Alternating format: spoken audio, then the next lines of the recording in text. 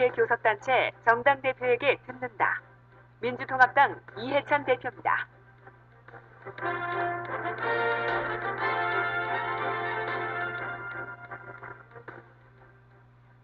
국민 여러분 안녕하십니까? 민주당 대표 이해찬입니다.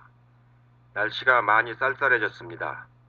어제는 절기상 서리가 내리기 시작한다는 상강이었습니다. 환절기에 감기 조심하시고 아침 저녁 가벼운 운동으로 건강을 챙기시기 바랍니다. 존경하는 국민 여러분, 며칠 전 박근혜 후보께서 정수 장학회에 대한 자신의 견해를 밝히셨습니다. 저는 한 달 전에 있었던 박근혜 후보의 유신과 인혁당 사건에 대한 사과를 진정성 있게 받아들였기 때문에 그 사과를 실천하는 첫걸음으로 정수장학회의 사회에 환한 방법과 유족에 대한 사죄의 뜻을 밝히실 것으로 기대했습니다. 하지만 박근혜 후보는 저와 국민의 기대를 외면했습니다. 과거의 잘못과 책임을 회피하는 수준이 아니라 역사적 사실을 부정하고 사법부의 판결을 왜곡했습니다. 국민의 억장을 무너뜨렸습니다. 박 후보께서는 정수장학회의 전신인 부일장학회의 강탈 과정에 대해 군부 쿠데타 세력의 강박이 없었다고 주장했지만 사실이 아닙니다. 분명히 법원은 과거 군사정부에 의해 자행된 강압적인 위법 행위로 김 씨가 각 주식을 증여한 점이 인정된다. 그러나 시효가 지났다고 판결했습니다. 더구나 박근혜 후보는 무려 30년 넘게 장막에 가려져 있었던 사건이 이제야 1심을 거쳐 항소심을 기다리고 있는 상황에서 법원의 심판이 이미 끝난 일이라고 말했습니다. 사실 왜곡도 심각한 문제이지만 인혁당 사건에 이어 또다시 사법제도 자체에 대한 이해 부족을 드러냈습니다. 집권 여당의 대선 후보로서 심각한 훈결이 아닐 수 없습니다. 다시 말씀드립니다. 정수장학회는 5.16 군사 쿠데타 세력의 강압과 협박으로 국민의 재산을 강탈한 범죄 사건입니다.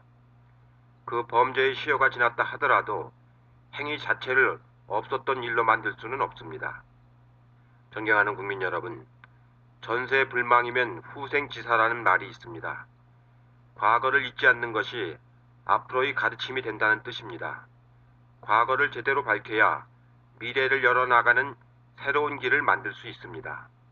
똑같이 제2차 세계대전을 일으킨 전범국가이지만 독일은 과거에 대한 철저한 규명과 반성을 통해 전쟁이 사라진 하나된 유럽, EU를 만드는 주역이 되었습니다. 아직도 역사를 부정하고 있는 일본은 우리뿐 아니라 중국, 러시아와 60년이 넘도록 영토 분쟁을 벌이고 과거사 논란에서 헤어나오지 못하고 있습니다. 박근혜 후보는 정수장학회가 본인과 무관하다고 주장하지만 현재 이사장을 맡고 있는 최필립 씨는 박정희 정권 때 청와대 비서관이었고 오랫동안 박근혜 후보를 모셨던 사람입니다. 2005년 박근혜 후보가 이사장으로 무리를 빚어 물러날 때 후임자로 지명해 대리인으로 삼은 사람입니다. 박근혜 후보가 정수장학회하고 아무 관계가 없다고 하는 주장과 이명박 대통령께서 BBK와 아무 관련이 없다는 주장이 무엇이 다릅니까? 저는 이번 기자회견을 지켜보면서 박근혜 후보가 집권하면 자신이 보고해왔던 아버지처럼 정치하는 것을 당연하다고 생각할 것이라는 우려가 들었습니다. 대통령의 명령에 따라 국민이 일사불란하게 행동하는 것이 박 후보에게는 가장 이상적이고 아름다운 정치인지는 모르겠지만 우리나라는 40년 전 독재 시대로 퇴행하는 것입니다. 대한민국은 민주공화국이 아니라 대한민국은 박근혜 공화국이 되는 것입니다. 한마디로 유신의 부활입니다. 대통령 말 한마디가 법 위에 군림하는 권위주의가 횡행할 것입니다. 박정희 시대의 복권을 위해 역사를 왜곡하고 교과서는 정권의 입맛에 따라 다시 쓰여지게 될 것입니다. 경제는 관치경제 정경유착 시대로 돌아갈 것입니다. 집권도 하기 전에 물러난 측근이 도대체 몇 명입니까? 이명박 정권 수준의 부정부패가 아니라 정부 기관이 공개적으로 재벌을 옹호하고 측근 비리가 창궐할 것입니다. 그 사이에 비정규직과 대다수 중산층 서민층은 심화되는 양극화에 더 큰 고통을 겪게 될 것입니다. 민주당의 제1호 공약인 반값 등록금도 물거품이 될 것입니다. 박정희 대통령의 또 다른 작물 유산인 영남다큐 이사장을 역임한 박근혜 후보는 2009년 설립자의 유족이자 전 이사의 자격으로 7명의 이사 중에 4명을 스스로 추천했습니다. 그러면서 사학의 자율성을 존중해야 된다고 말합니다. 만약 박근혜 정부가 들어선다면 과거 비리로 물러난 사학재단들이 모두 복귀할 것입니다. 그러면 이에 항의하는 학내 분규가 들불처럼 번져나갈 것입니다. 결국 아버지 시대의 권위주의에 물든 박근혜 후보의 잘못된 역사인식이 모든 문제의 근원입니다. 자신이 이기기만 하면 역사를 바꿔 쓸 수 있다는 사고방식을 가지고 있기 때문에 이런 문제가 계속 반복된다는 것을 우리는 잘 알아야 합니다. 사랑하는 국민 여러분, 여러 차례 말씀드렸지만 12월 대선은 단순한 정권 교체가 아니라 정치 구조를 바꾸고 시대를 바꾸는 대전환의 선거가 될 것입니다. 이미 많은 분들께서는 민주당만 잘하면 정권을 교체해 줄 것이라고 말씀을 하고 계십니다.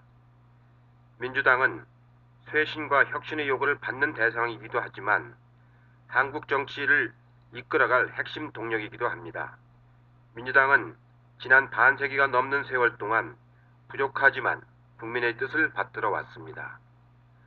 스스로의 힘이 붙일 때에는 사회 인재들을 받아들여 새로운 정치의 비전을 제시해 왔습니다. 민주당은 지난해 말 시민사회와 노동계까지 참여하는 혁신과 통합으로 국민의 뜻에 부응했듯이 모든 기득권을 내려놓고 사람이 먼저인 세상을 만드는 데 헌신하겠습니다. 존경하는 국민 여러분, 대표를 맡고 있는 저를 포함한 민주당원 한 명 한 명은 절박한 심정으로 정권 교체를 위해 일하겠습니다. 민주진보 진영의 더 큰 단결과 단일 후보 선출, 정권 교체를 위해 할 수 있는 모든 노력을 다할 것입니다. 일자리 창출, 경제 민주화, 보편적 복지, 정치 혁신과 한반도의 평화와 공존이라는 문재인 후보의 5개의 문을 열기 위해 최선을 다하겠습니다. 청취해 주셔서 대단히 감사합니다.